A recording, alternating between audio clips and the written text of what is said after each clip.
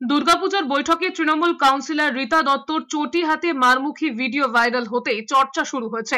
যদিও এই ভিডিও সত্যতা যাচাই করেনি এস নিউজ। মারতে চাওয়ার কথা না মানলেও চটি হাতে তুলে দেখানোর কথা স্বীকার করেছেন রীতা। স্থানীয় সূত্রে খবর, রবিবার সন্ধ্যায় পাড়ার ক্লাবে দুর্গাপুজো সংক্রান্ত সভা ছিল। সেখানে হিসেবের গড়মিল থাকায় গীতার স্বামী প্রশ্ন তোলেন, যার জেরে স্বামীর ওপর চড়াও হন ক্লাবের কিছু সদস্য।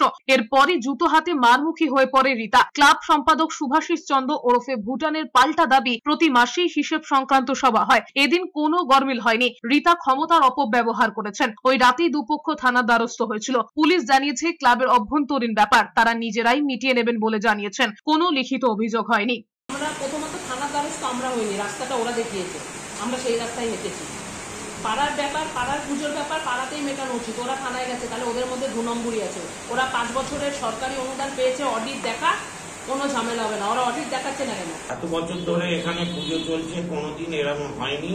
এবং এইরকম হওয়াতে অনেক বয়স্ক ছিলেন মিটিংয়ে, তারা সব বিভ্রান্ত হয়ে যায়। পরেই একটা বিরাট গন্ডগোলের সৃষ্টি হয় এবং এই গন্ডগোলের সৃষ্টি আমাদের 7 নম্বর ওয়ার্ডের কাউন্সিলর, আমরা আশা করেছিলাম তিনি গন্ডগোলটাকে মেটাবেন এসে, কিন্তু সেরকমভাবে তিনি কোনো উদ্যোগ নেননি।